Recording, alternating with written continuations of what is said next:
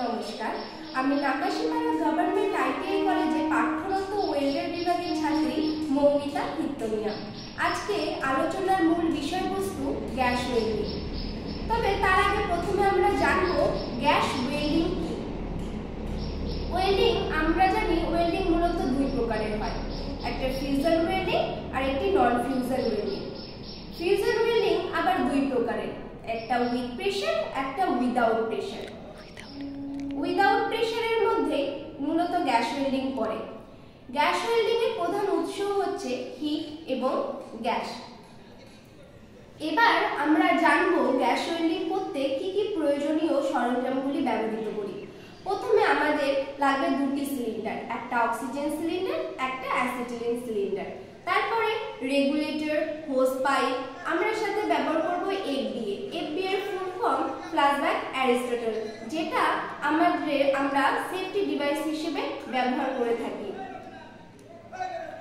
এরপর আমরা জানব ফ্লেম সম্বন্ধে।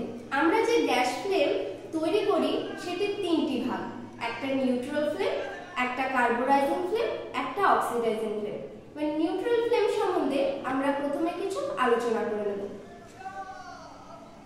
ফ্লেম আমরা ব্যবহার করি 1:1 অনুপাতে।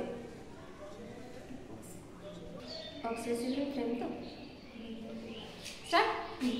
এবার আমরা জানব অক্সি অ্যাসিটিলিনের কেমিস্ট্রি। আমরা যে নিউট্রাল ফ্লেম উৎপন্ন করি, এই যে নিউট্রাল ফ্লেম, এটা নিউট্রাল ফ্লেমের ছবি, এটাকে আমরা বলি নজল। এটা আমাদের হটেস্ট পয়েন্ট, 3100 ডিগ্রি সেলসিয়াস থেকে 3300 ডিগ্রি সেলসিয়াস। এটাকে আমরা বলি আউটার কোর, এটা ইনার কোর। এই যে নিউট্রাল ফ্লেম, এই নিউট্রাল ফ্লেমটাকে আমরা তৈরি করি 1:1 রেশিওতে। কিন্তু এইটা 1 ভলিউম থাকছে অ্যাসিটিলিন এবং 1 ভলিউম থাকছে অক্সিজেন। এই 1 ভলিউম অ্যাসিটিলিনটাকে পুরোপুরিভাবে দাহ্য করতে আমাদের 2.5 ভলিউম অক্সিজেনের পরিমাণ, কিন্তু এখানে তো রয়েছে 1 ভলিউম অক্সিজেন। বাকি আমরা যে 1.5 ভলিউম অক্সিজেনটা পাচ্ছি সেটা কোথা থেকে পাচ্ছি? সেটা আমরা পাচ্ছি অ্যাটমসফিয়ার থেকে। এবার সেটা কিভাবে পাচ্ছি তার আমাদের একটা সমীকরণ প্রক্রিয়া রয়েছে, সেটাই আমরা জানব।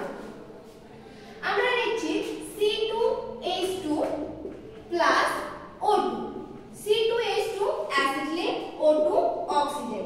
এটা আমরা প্রাইমারি কম্বাসনে দাহ্য হওয়ার পর এখানে কি পড়ে থাকবে? প্রাইমারি কম্বাসনে দাহ্য হওয়ার পর পড়ে থাকবে CO প্লাস O2। এবার বাকি যে 1.5 ভলিউম অক্সিজেনটা রয়েছে সেটা এর সাথে যুক্ত হয়ে তৈরি হবে, এর সাথে যুক্ত হয়ে যে সমীকরণটি তৈরি করবে সেটি H2 plus CO plus O2। Secondary কম্বাসনে গিয়ে আমাদের যে সমীকরণটি উৎপন্ন করবে সেটি হলো CO2 প্লাস O2। এটা আমাদের যে H2, এটা H2 হবে বাই মিস্টেক, আমাদের এটা উৎপন্ন হলো। এবার যে নিউট্রাল ফ্লেম, নিউট্রাল ফ্লেম আমরা কিভাবে ব্যবহার করব? এই যে অ্যাসিটিলিন এবং অক্সিজেনের সংমিশ্রণে, সমান সংমিশ্রণে আমরা এই নিউট্রাল ফ্লেমটাকে তৈরি করছি। এবার এই ফ্লেমে দুটি কোর গঠিত হয়। কোর দুটি কি কি? একটা ভিতরের কোর এবং আরেকটি বাইরের কোর। এই ভিতরের কোরের রং হয় সাদা এবং বাইরের কোরের রং হয় নীল। এই নিউট্রাল ফ্লেমটা আমরা কোন কোন ধাতুর ক্ষেত্রে আমরা ব্যবহার করব?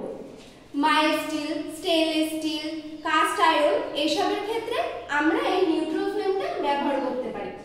এবার নিউট্রাল ফ্লেম হয়ে গেল। এবার আমরা আরেকটা ফ্লেমের সম্বন্ধে জানবো, সেটির নাম কি? Oxidising flame. এবার একটু পজ করে নিই। এবার আমরা জানবো অক্সিডাইজিং ফ্লেম সম্বন্ধে। অক্সিডাইজিং ফ্লেম সেম যা আছে একই থাকবে, কিন্তু আমাদের যে ইনার কোণ হচ্ছে সেই ইনার কোণটা হয়ে যাবে ভি শেপ। এবার এই অক্সিডাইজিং ফ্লেমের রেশিও কত? 1:2। এখানে 1 ভলিউম থাকছে অ্যাসিটিলিন এবং 2 ভলিউম থাকছে অক্সিজেন। মানে অ্যাসিটিলিনের পরিমাণটা অক্সিজেনের থেকে কম।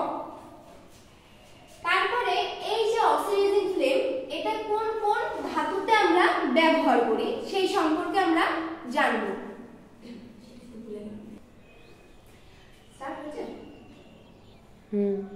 ব্রেজিং ও ব্রাশের ক্ষেত্রে আমরা এই অক্সিডাইজিং ফ্লেমটা ব্যবহার করি। এরপরে ফ্লেম কি আছে? Carburising flame.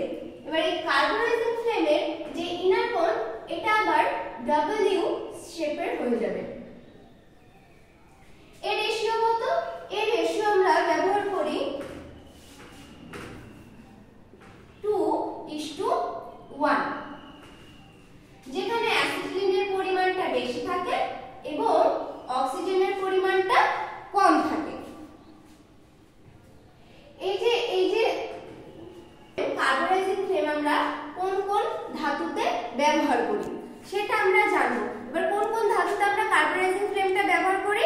কার্বোরাইজিং ফ্লেম আমরা ব্যবহার করি উচ্চ কার্বন স্টিল মানে বা কাস্ট আয়রন।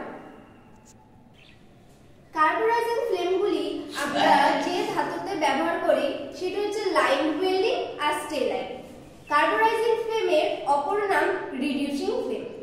আজকে আমরা জানলাম ফ্লেম কিভাবে তৈরি করছি, আমাদের অক্সিঅ্যাসিটিলিনের কেমিস্ট্রি, গ্যাস ওয়েল্ডিং কি, এই সমস্ত বিষয়বস্তু আজকে আমরা জানলাম।